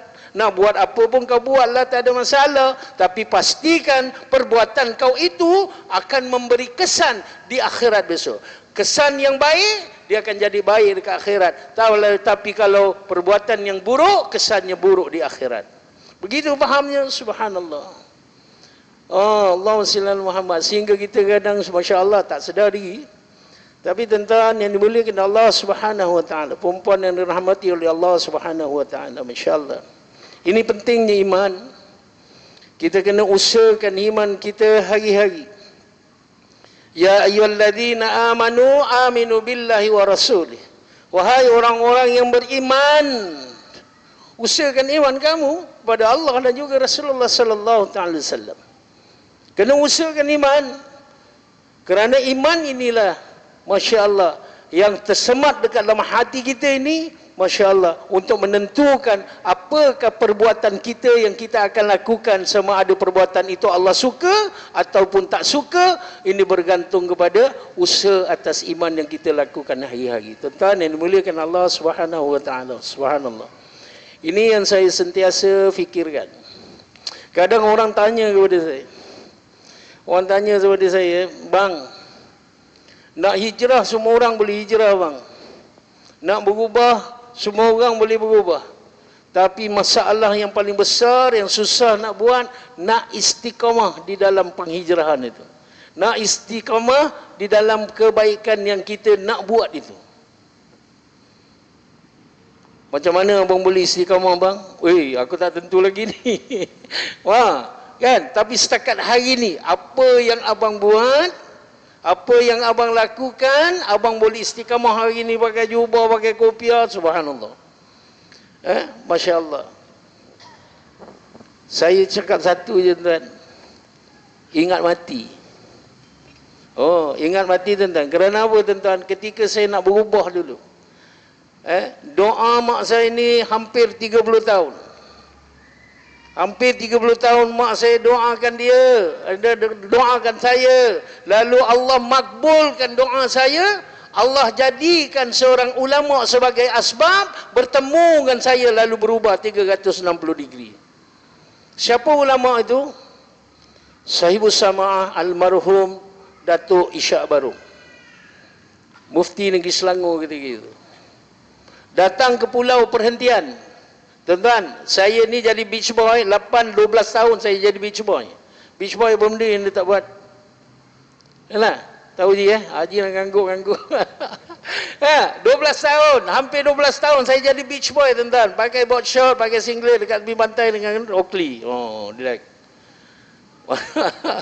Allah SWT. Tiba-tiba datang seorang ulama. Tuan-tuan, sepanjang saya jadi beach boy, saya duduk di pulau, bekerja di pulau, tentang pulau mana pun, Indonesia, Thailand, di Malaysia jangan cerita lah, habis semua pulau dah saya teroka dah. Tak pernah seumur hidup saya bertemu dengan seorang ulama datang ke pulau bercuti. Hari itu ditakdirkan Allah Subhanahu Wa Taala. Itu yang saya kata tu, doa mak saya dimakbulkan, dihantar ulama kepada saya. Tengok daripada jauh aja ulama tuan-tuan, subhanallah, lebih kurang 60-70 meter daripada saya, dia dekat hujung jeti tu, baru turun daripada bot. Saya duduk di pantai, di hammock, sedang relax, berehat. Baru lepas menyelam, nak berehat, pukul 5 lebih gitu, datang ulama ni. Tengok daripada jauh, dia belum toleh daripada saya lagi. Saya dah, ulama mana datang ke pulau ni? Tak toleh lagi, saya tak kenal lagi siapa. Sehinggalah dia toleh ke pantai, barulah saya nampak Allah, Datuk Isha Baru, Mufti Negeri Selangor. Tuan-tuan, terus saja Allah taruh je hidayah pada diri saya ni, Masya Allah. Terus pergi ke bilik saya mandi tuan-tuan, ambil wudu, solat asar. Sekian lama saya tak solat dah. Hari tu solat. Itu baru pandang ulama daripada jauh tuan-tuan. Apa kata hari ni kita rapatkan diri kita dengan ulama, agak-agak Allah akan bagi apa kat kita? Keberkatan hidup tuan-tuan. Subhanallah. Jadi Allah SWT Muhammad malam, bapa saya pernah berpesan ketika saya Masya Allah, saya nak pergi merantau tu, bapa saya pernah pesan, Jam, bila engkau jumpa ulama, jangan tanya banyak soalan. Adabnya kau minta antara dua perkara ni. Satu, kau minta doa. Yang kedua, engkau minta nasihat. Ni dua. Salah satu daripada tu. Jangan tanya banyak soalan tentang. Kadang ulama ni banyak fikir halumat. Banyak benda kadang dia datang kuliah kan. Kita pun ambil kesempatan lah. Sedangkan dia sedang fikir apa dalam otak ni. Kejap lagi kan dia nak bagi syarah apa. Hadis ni apa syarahnya. Tengah fikir. Banyak benda dia fikir. Jadi adabnya kita tanya. Kita minta dua perkara. Salah satu kita minta. Minta doa atau minta nasihat. Saya minta nasihat tuan-tuan. Tuan-tuan, apa ulama ni bagi nasihat tuan-tuan? Kullu nafsin za'iqatul maut. Setiap yang bernyawa itu pasti akan merasai maut. Wa innama tuwaffawna ujurakum yaumal qiyamah. Dan di hari akhirat besoklah akan dibalas apa yang kamu kerjakan dekat dunia. Faman zuhziha 'anil nari wa udkhilal jannah faqad faz. Orang yang dihindarkan daripada api neraka dan dimasukkan ke dalam syurga, itulah yang sebenarnya orang yang merdeka. Orang yang berjaya. Wa mal hayatad dunya illa mata'ul ghurur. Sesungguhnya hidup di dunia ini merupakan harta benda, kesenangan, pangkat, darjat, subhanallah. Adalah kesenangan yang terpedaya, subhanallah. Kullu nafsin za'iqatul maut. Ini nasihat yang terima daripada seorang ulama besar tuan-tuan. Berkatnya nasihat yang datang daripada mulut seorang ulama yang penuh dengan kasih sayang, yang penuh dengan keberkatan ini sampai kepada saya, berkatnya nasihat ini sehingga hari ini saya ingat mati tuan-tuan. Itu sebab jangan pelik saya kalau tak masuk Gegar Vaganza. Jangan pelik lah, orang ramai ni minta saya masuk Gegar Vaganza. Ui, suara power lagi ni, otai ni legend dia. Bang, masuk Gegar Vaganza. Ya. Engkau terhibur lah, engkau lah suka. Aku besok kan tengah Gegar Vaganza tu tengah nyanyi, Allah tarik nyawa. Macam mana agaknya? Ini selalu fikir tuan-tuan. Allah rahsiakan masa kita mati, cara kita mati, tempat kita mati. Kita nak mati kat mana? Kita buatlah perkara tu. Nak mati kat masjid, selalu datang masjid. Nak mati dekat Madinah, selalulah ikut saya pergi Madinah, insya-Allah. Zafiz ada kat sini. Ikut pergi umrah, subhanallah, pergi haji, subhanallah. Ya. Kita nak mati masa bila? Masa tengah solat, rajin-rajin solat. Jangan kita lekengkan solat. Buat yang fardu je, yang sunat kita tidak. Tak ada kesungguhan kepada diri kita kan. Masa bila kita nak mati, itu perkara yang kita buat, subhanallah. Jadi tuan-tuan yang dimuliakan Allah Subhanahu Wa Taala, inilah perkara yang selalu saya ingat untuk memerdekakan diri saya. Saya berfahaman apa, Masya Allah. Hari ini Malaysia merdeka, yang dikatakan merdeka lah, yang selalu kita tengok 66 tahun kita ni merdeka. Selalu dilaung-laungkan dekat TV, medsos semua. Masya Allah, baru lepas hari itu merdeka, whatever lah. Kan? Sekali persoalannya tuan-tuan, hari ini negara kita yang dikatakan merdeka tu, kita ambil peluang tak? Ini saya tanya pada diri saya, adakah kita ambil peluang di atas kemerdekaan Malaysia ini yang ditakbir oleh orang Islam, agama rasmi. Ramai, banyak ni madrasah, banyak ma'atafiz, banyak pondok-pondok, masjid aktif. Masjid Datuk Haji Kamarudin, subhanallah, aktif. Tiap-tiap waktu tuan-tuan ada aktiviti. Di masjid-masjid mana terpulang pada kita je untuk kita duduk dalam majlis ilmu, belajar, cari ilmu. Nak masuk syurga pun kena ada ilmu. Nak selamat, nak merdeka kita dekat akhirat besok kena ada ilmu. Subhanallah. Ini peluang kita ambil tak? Atas dasarnya merdekanya negara Malaysia ni. Kita ambil peluang tak? Kalau nak dibandingkan dengan Rohingya, India, subhanallah, Uyghur, yang dikatakan tidak merdeka, tapi tuan-tuan, Allahumma salli Muhammad, di Thailand, minoriti orang Islam, saya bawa balik daripada Thailand tuan-tuan, pergi ke Yala tengok macam mana penghidupan orang Islam di sana. Usaha, subhanallah, usaha dakwah tak boleh lawan apa? Negara yang ditakbir oleh orang kafir, tapi orang Islamnya buat dakwah, subhanallah. Negara yang Islam, tapi usaha dakwahnya tidak boleh melawan dengan negara yang begini. Thailand, India hari-hari orang masuk Islam tuan-tuan. Di Thailand, subhanallah, kalau nak tengokkan perkampungan sunnah, pergi ke Yala. Indonesia jangan ceritalah. Allahumma salli ala Muhammad. Di Jepun hari ini usaha dakwah sedang berkembang, nak mengajak orang kepada Allah Subhanahu wa taala. Jadi kita ni bagaimana? Ini yang selalu saya persoalkan diri kita, sama ada kita ni selamat atau tak selamat, merdeka tak kita merdeka. Dalam arti kata lain, kemerdekaan hari ini pada diri saya apabila kita selamat, insya-Allah. Kerana selamat masuk ke kampung asal kita, subhanallah. Jannah Allah Subhanahu wa taala, itu yang sebenar-benarnya merdeka bagi diri saya, tuan-tuan dan puan-puan yang dimuliakan Allah Subhanahu wa taala. Ni semua masya-Allah, kalau saya fikirkan dulu tuan-tuan, saya ni anak imam. Anak imam, bapa saya ustaz, mak saya ustazah. Hari-hari saya dengar Quran tuan-tuan. Tapi macam mana boleh terkeluar? Macam mana boleh duduk di dalam kelompok maksiat? Artis ni jangan cerita tuan-tuan. Allahumma salli ala Muhammad. Tetap tak 1, 2, tak 2, 3, tak 10, tetap satu juga, ada juga unsur-unsur maksiat dalam hidup kita. Subhanallah. Tak boleh lari daripada maksiat. Subhanallah. Jadi apakah punca perkara itu?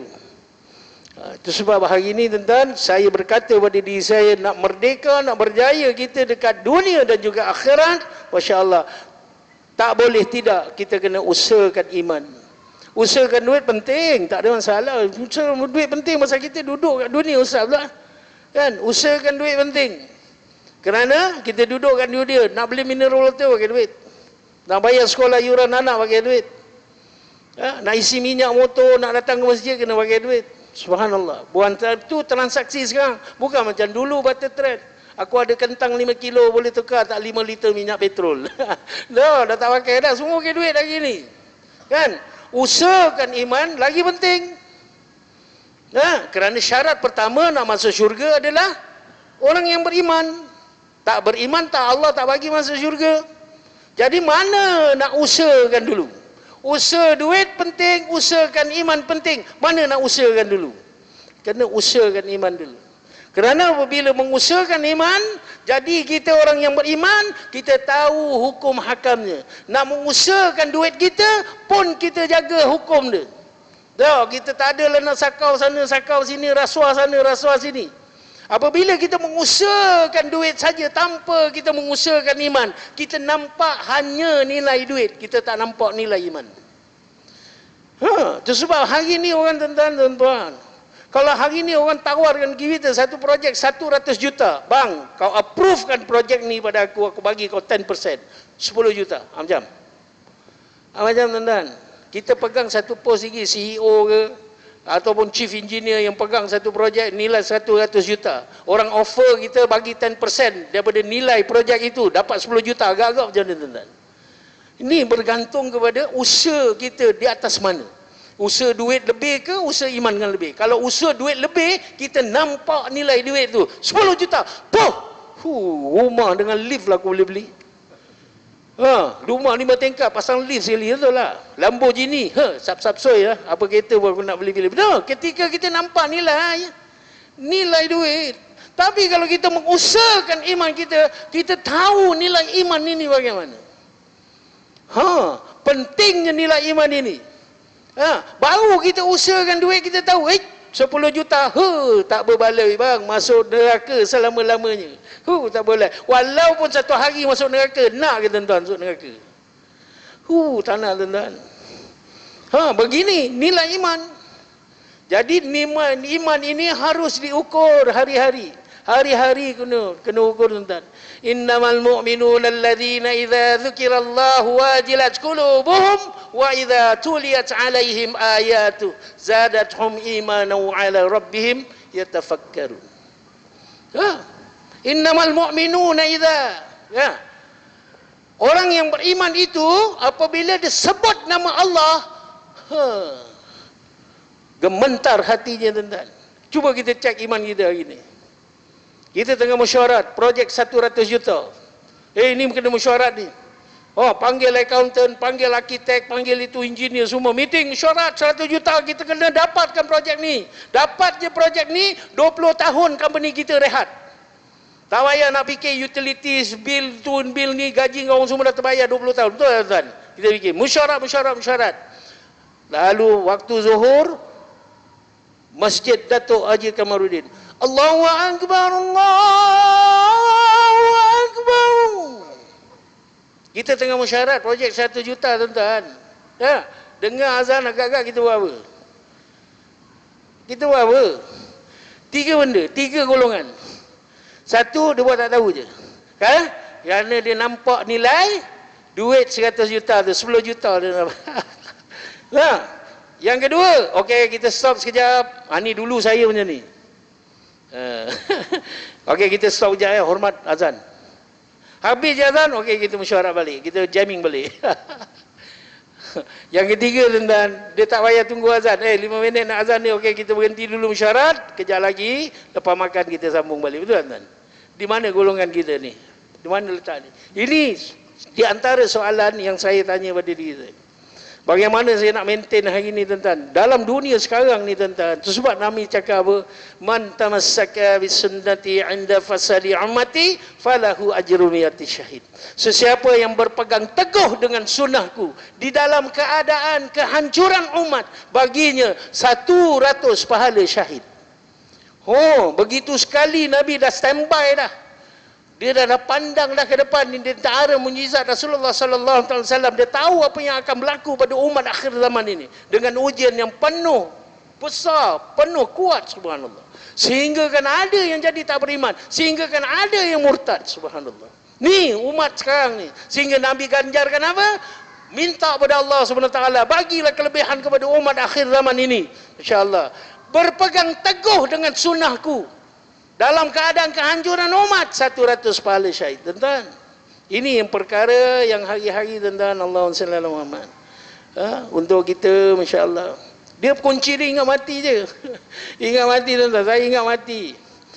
Saya ni penyanyi tuan-tuan. Saya suka menyanyi, saya seronok menyanyi. Kejap lagi saya nyanyi, boleh? Kalau menyanyi semua suka.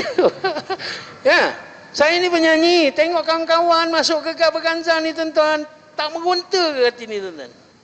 Rindu tuan-tuan, saya ni penyanyi. Tengok Syam Bisa nyanyi. Kasihku seharum bunga kemboja. Tak geram tuan-tuan? Geram kau, saya rasa nak masuk dalam TV. Jiwa penyanyi ni ada lagi, subhanallah. Tapi satu je, bila ingat mati tuan-tuan, terus potong terus. Ingat mati je potong tuan-tuan. Kerana apa? Kerana ketika menyanyi itulah Allah tarik nyawa. Bapa saya selalu pesan, sebelum dia meninggal dunia, banyak perkata-kata hikmah dia tinggal daripada saya. Jam, kau tahu tak hakikat pahala tu apa? Hakikat dosa tu apa? Saya pun bagi tahu kalau kita melakukan kebaikan, kebajikan, taat perintah Allah, Allah akan bagi sesuatu. Sesuatu itulah pahala. Betul, itu erti, maksud pahala. Erti, hakikat pahala ni apa? Ketika Allah redakan kau. Jangan cakap syurga, jangan cakap pahala. Allah redha, semua Allah bagi apa yang kau nak, semua Allah akan bagi. Dan hakikat dosa macam. Tuan-tuan, ini yang menakutkan diri dia. Apa dia? Hakikat dosa. Jam, sedetik engkau lupakan Allah, itulah dosa. Tuan-tuan, ketika nyanyi tuan-tuan, ataupun kita tengok Manchester United lawan Liverpool. Manchester United lawan apa baru ni? Arsenal 3-1 Suka orang Arsenal. Mana? Menyokong Arsenal. Subhanallah. Ketika kita tengok bola live tu tuan-tuan, suka kita tak dikalahkan oleh Arsenal. Apa ni? Arsenal mengalahkan Manchester United. Kita pegang tasbih tuan-tuan. Subhanallah, subhanallah, subhanallah, subhanallah. Pegang tak? Saya pun pegang kata bapa-bapa. Sedetik kau lupakan Allah, itu adalah dosa. Tuan-tuan. Menyanyi. Tika begini, mencari-cari. Agak-agak ketika itu ada tak Allah dalam hati kita tuan-tuan? Ini makwa kat bawah dah kenyit mata dah ni. Jangan main tuan-tuan. Allah SWT, inilah perkara-perkara di antara perkara yang Masya Allah saya jadikan pedoman dalam hidup saya, subhanallah, supaya Masya Allah apa saja yang kita nak lakukan hari ini tuan-tuan, pastikan perkara yang Allah suka, Nabi suka. Itu aja kunci dia tuan-tuan. Ingat mati ni, lalu kita akan membuat persiapan, membuat persiapan Masya Allah untuk kita menghadapi hari selepas mati itu yang penting. Banyak lagi cerita sebenarnya nak menghadapi sakaratul maut ni, live saya nampak tuan-tuan. Itu nanti Kang minta Timbalan Mudir apa ni, Nazir Masya Allah jemput lagi sekali. Saya boleh cerita satu persatu. Ni cerita sakaratul maut ni tuan-tuan, subhanallah. Itulah dunia turning point, simpang dia, sama ada kita mati beriman tak beriman. Sakaratul maut. Tapi apa yang berlaku ketika sakaratul maut? Saya berjumpa dengan betul-betul orang tu. Tapi tak boleh nak cerita, nanti kan modal habis orang tak jemput lagi. InsyaAllah. Mudah-mudahan tuan-tuan, Masya Allah. Itu je tuan-tuan. Sehingga Nabi kata apa? Al-Kaisu mandana nafsahu amila lima ba'dal maut. Orang yang bijak cerdik ini ialah orang yang mempersiapkan dirinya untuk menghadapi hari selepas dia mati. Itu Nabi cakap macam tu, insya-Allah. Jadi itulah saya nak memerdekakan diri saya ni, insya-Allah, dengan menjadi orang yang cerdik, yang sentiasa mengingat nan mati untuk motivate diri saya, motivasi diri saya supaya dapat melakukan apa perkara yang kita nak buat, pastikan perkara yang Allah suka, Nabi suka, insya-Allah. Wallahu taala alam. Baik, tuan-tuan yang dirahmati oleh Allah, tu kan, jadi kita dah nampak dah apa pandangan, apa pendapat daripada Abang Ijam berkenaan dengan kemerdekaan waktu dulu dan sekarang, dan kunci dia ialah ingat kepada mati. Sebab bila kita ingat pada mati, dia akan memutuskan kelazatan dunia dan kita hanya ingat pada Allah Subhanahu Wa Taala. Bila Abang Izam sebut Manchester United tadi, saya rasa nak turun bawah tadi tuan-tuan. Rasa saya nak duduk kat bawah aja tadi. Baik, tuan-tuan rahmati oleh Allah, last akhir sekali kita sampai pada penggulungan, dan insya-Allah penggulungan saya akan minta Abang Izam dulu, dalam Abang Izam dan Ustaz, kemudian Ustaz Nazmi lebih kurang dalam 5 minit seorang, insya-Allah. Ustaz bagi penggulungan, bagi dia masih lebih sikit. Saya kan penggulungan yang lain. Okey. Gulungkan. Okey, baik. InsyaAllah jadi nanti nanti Ustaz akan gulung, kemudian Abang Izam akan nyanyi. Nyanyi ni permintaan Timbalan Nazir. Abang Izam kata Timbalan Nazir dekat Mekah nakal. Tak, dekat sini memang nakal dah dia. Dia memang nakal daripada sini. Kalau maklumat abang saya, jadi memang betul lah dia nakal. Baik, jadi tuan-tuan yang dirahmati oleh Allah Subhanahu Wa Taala. Baik, jadi apa? Baik, kita bagi kepada yang berbahagia Ustaz Nazmi. Cuma saya nak, bila penggulungan ni saya nak Ustaz Nazmi gulung dengan satu soalan daripada saya, daripada jemaah. Dia ada WhatsApp saya dan kepada Ustaz sebagai pandangan dari sudut agama, bila mana hari ini banyak jemputan artis-artis daripada luar yang bukan sekadar datang bawa nyanyian, bawa hiburan, bahkan membawa agenda-agenda yang tertentu yang boleh merosakkan masyarakat di Malaysia. Bagi apa pandangan Ustaz, dan kemudian penggulungan daripada Ustaz, dipersilakan. Bismillahirrahmanirrahim. Alhamdulillah wassalatu wassalam ala Rasulillah. Okeylah, anak tak suka sangat soalan-soalan yang berlapik-lapik ni. Cakap tu terang ajalah. Artis LGBT. Macam tu. Clear. Ya. Jadi inilah masalah kita pada hari ini tuan-tuan. Kita ni macam Abang Jan sebutkan, kita ni bila-bila boleh mati tau. Bila-bila boleh mati. dan kita tak tahu kematian tu datang macam mana. Sebagai satu kerajaan yang bertanggungjawab dan ada rasa dosa pahala, diorang ada kuasa, sepatut dia tak benarkan artis luar yang bawa perangai mengarut macam setan ni masuk ke negara ni, tahu tak? Ramai pula tu dialu-alukan welcome Coldplay. Nak datang kumpulan tu nak datang nanti. Lepas tu yang terbaru ni, apa nama awet tu, Paris Hilton nak datang juga. Kau gila pun kau ni. Tu tunjuk merdeka lah tu, merdeka. Kan aku geram tadi kan. Orang KL ni payah sikit macam cakap. Jadi tuan-tuan semua, dia kata apa? Kita bukan nak ikut LGBT tu, kita nak ikut, kita nak join, kita nak apa kata, nak menghayati seni kata. Kepala otak kau tu lembut sangat tu. Dia kalau kasar dia lain macam macam tu, patah meja aku smackdown kau tu. Kau nak menghayati, kau tak tahu ke berlambak benda lain kau boleh hayati? Al-Quran ada, hadis Nabi ada. Ustaz ni apalah, semua ustaz ingat semua orang ustaz ke? Kita orang jiwa seni. Come on baby, kau ingat sahabat Nabi tak ada seni ke? Aku pun berdarah seni, tahu tak? Adik-adik aku 8 orang. Aku punya sepupu artis apa Farihin Abdul Fattah tu, apa yang bukan tak kenal, semua geng-geng rockers belaka. Tapi tuan-tuan, kita ada batasan kita, ada cara berhibur, bukan tak boleh. Tapi tak, dia kata apa? Kita bukan nak ikut LGBT, kita nak menghayati seni kata. Pergi ramai-ramai, ajak lagi. Nabi kata pada dalam hadis, fatuba liman kana miftahan lil khairi wa mighlaqan lisyarri. Beruntunglah orang yang menjadi pembuka kepada kebaikan dan penutup kepada maksiat. Wa wailun liman kana miftahan lisyarri wa mighlaqan lil khair. Dan celakalah bagi mereka yang menjadi pembuka kepada maksiat dan penutup kepada kebaikan. Hari ini tuan-tuan semua, kita sebut merdeka.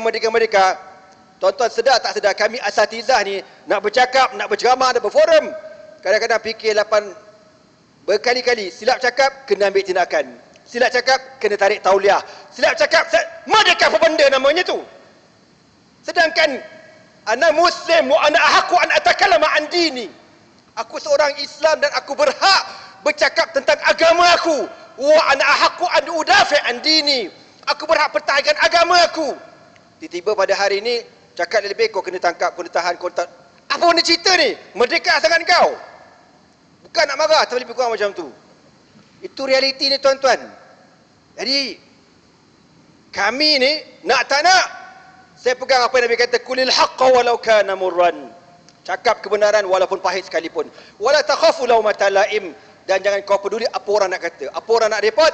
Ar-razaqhu Allah, yang bagi rezeki Allah. Apa Nabi kata dalam hadis? Man iltamasa ridhan nasi bi sakhatillahi wakalahu Allahu ila nas. Barang siapa yang mencari keredaan manusia, menyebabkan Allah murka kepada dia, Allah jadikan dia hamba kepada manusia. Kau akan terhege-hege merempat-rempat dengan manusia, nak Allah hinakan kau. Na'udzubillah min zalik. Sebalik Nabi kata apa? Wa man iltamasa ridallah bi sakhatin nasi kafahu Allahu ma'unatan nas. Barang siapa yang mencari keredaan Allah, menyebabkan orang benci ke dia, kafahu Allahu ma'unatan nas. Allah akan cukupkan segala-galanya bagi engkau. Hasbunallahu wa ni'mal wakil. Tuan-tuan semua, untuk akhir penggulungan daripada saya.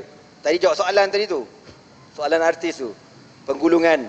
Allah berfirman, ya ayyuhallazina amanu udkhulu fis silmi kafatan wa la tattabi'u khutuwati syaitan innahu lakum adu mubin. Allah berfirman, wahai orang beriman, masuklah Islam dalam keadaan sempurna. Sempurna. Ibadatnya, munakahat nikah kahwinnya, muamalat jual belinya, jinayahnya, hukum hakam Islam, perundangan Islam, politik Islam, kafatan. Al-Islam ya'lu wa la yu'la alaih. Islam tertinggi dan sempurna. Kalau Nabi SAW ajar kepada para sahabat benda paling kecil, doa masuk jamban je pun, tapi ada doa. Apa doa masuk jamban? Allahumma janibna syaitan. Itu doa projek. Apa barang kau? Itu doa projek. Oi, Allahumma janibna syaitan. Angguk confident tu, aku tak tahan tu. Allahumma inni a'udzubika minal khubuthi wal khaba'ith. Doa masuk jamban je pun kau nak berak. Lepas tu keluar berak kau tahu dia ajar doa ghufranak alhamdulillahillazi azhaba anni adza wa afani. Benda tu tak ada benda pun, tapi Nabi ajar. Kau bayang kan, benda tak apa benda tu Islam ajar, apatah lagi bab pemerintahan, takkan Islam tak ajar. Inilah masalah kita pada hari ini. Apabila kita ni afatu'minuna bi ba'dil kitabi wa takfuruna bi ba'din. Kau ambil separuh, kau rasa yang ni okey, yang ni okey, kau ambil. Yang kau rasa tak berkenan, yang tak berkenan dengan nafsu kau tinggalkan. Maka tak betul cara kita. Selagi mana itulah perangai kita. Kau launglah berapa kali merdeka pun, kita tetap tak merdeka. Allah kata apa?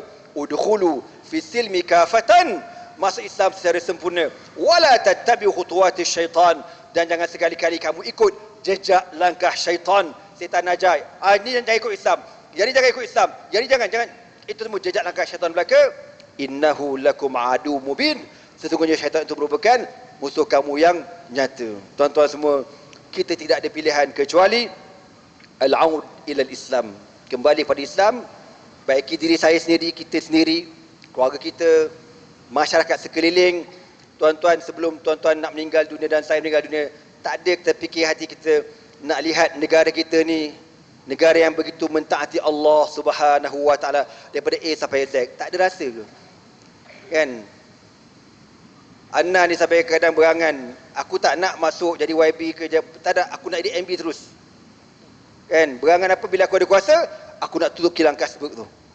Itu kuasa tu penting. Itu kuasa tu penting. Sebab negeri-negeri yang ada kuasa ni boleh tutup pusat perjudian, tempat maksiat sebab ada kuasa. Maka doalah supaya Islam kembali berkuasa dan kita akan menjadi hamba yang mentaati Allah dengan kita menutup segala tempat-tempat maksiat insya-Allah. Aku liqauli hadza wa astaghfirullah li wa lakum. Wassalamualaikum warahmatullahi taala wabarakatuh.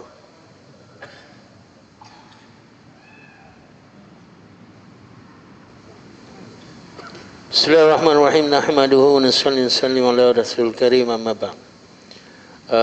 Bukan penggulungan saya nak buat, tapi nak buat nyanyian, boleh Itu permintaan orang besar kat sini juga tu. Tapi dulu kalau orang panggil, masa ketika dulu mata duitan. Satu lagu ni nak nyanyi 15,000 harga dia. RM15,000. Oh, tolonglah Timbalan Aziz buat collection.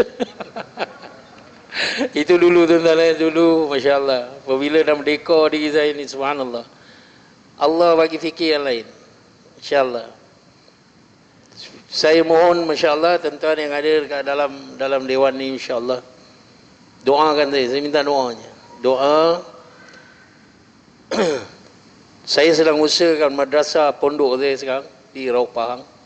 Dan selain daripada itu, masya-Allah, saya buat kerja-kerja. Saya pernah minta mak saya doa, mak tolong doakan saya nak sambung kerja bapa saya. Kerja bapa apa? Saya apa ni, mengajar Quran, mengajar agama. Alhamdulillah, berkatnya doa seorang ibu yang bertakwa, subhanallah. Hari ini saya sambung kerja bapa saya. Saya mengajar kawan-kawan saya Al-Quran, mengajar Iqra, tajwid. Taranum tak adalah, dah lama saya tak taranum, subhanallah. Saya mengajar nak memperbaiki bacaan Quran mereka, Fatihah dan sebagainya. InsyaAllah. Jadi doa-doakan saya, mudah-mudahan hasrat saya untuk terus istiqamah dalam usaha mengajar kawan-kawan saya ni, masya-Allah, Al-Quran, dan terus tertubuh terdirinya madrasah saya di Raub Pahang dan pondok dewasa, orang dewasa. Saya mengajar kawan-kawan saya semua. Saya ada 64 orang murid. Kawan-kawan semua, budak-budak motor, kawan-kawan menyelam saya bawa pergi pondok di Raub Pahang untuk menadah kitab dengan tuan guru. Saya mengajar Al-Quran. Minta doa, mudah-mudahan saya dapat istiqamah buat kerja-kerja yang baik macam ni. Bukan apa, kalau boleh saya minta kepada Allah, saya nak mati ketika saya sedang mengajar. InsyaAllah. Boleh tuan-tuan? InsyaAllah. Okey, lagu ni dah dihijrahkan. Apabila ingat dosa tu tadi kan, dulu 45,000 orang tengok konsert saya. Dengan lagu Tika dan Said ini banyak orang buat maksiat lah. Lelaki perempuan bercampur, berpeluk. I love you sayang, I tujukan lagu ni untuk you. Lepas tu buat maksiat, insyaAllah. Siapa yang dapat dosa saya lah, sebab daripada lagu tu yang merangsangkan orang buat maksiat. Subhanallah. Jadi hari ni asbab daripada perkara ingat dosa ni takut, subhanallah. Kerana saya ubah lagu ni, lirik lagu ni lebih munajat kita kepada Allah SWT. Jadi lagu ni liriknya yang diubah oleh Ustaz Bazli UNIC, insya-Allah. Kerana menceritakan lebih daripada rintihan hati saya yang banyak dosa ni, mudah-mudahan Allah terima taubat kita insya-Allah. 3 dan saat ini insya-Allah. La ilaha illallah. Terima kasih kepada semua, insya-Allah. Assalamualaikum warahmatullahi wabarakatuh. Waalaikumsalam warahmatullahi wabarakatuh. Oh, rasa tak nak berhenti kan? Sebaik tak sembahyang isyak lagi. Kalau dah sembahyang 10.30 habis ni. Baik, tentu yang dirahmati oleh Allah Subhanahu wa taala. Jadi kalau tak ada kambing kat belakang tu, kita pukul 11 baru berhenti. Jadi saya sekadar tu dulu untuk hari ini. Jadi saya mewakili ahli panel, mohon maaf kalau ada tersilap. Mudah-mudahan ada mutiara-mutiara yang kita semua boleh bawa balik, baik kami di hadapan, tuan-tuan di bawah. Mudah-mudahan kita semua menjadi hamba Allah yang merdeka dengan sebenar-benar merdeka, dan kita merdeka daripada azab api neraka Allah di hari akhirat. Wallahu a'lam. Kita tangguh majlis kita dengan tasbih kafarah dan suratul Nas. Subhanallah.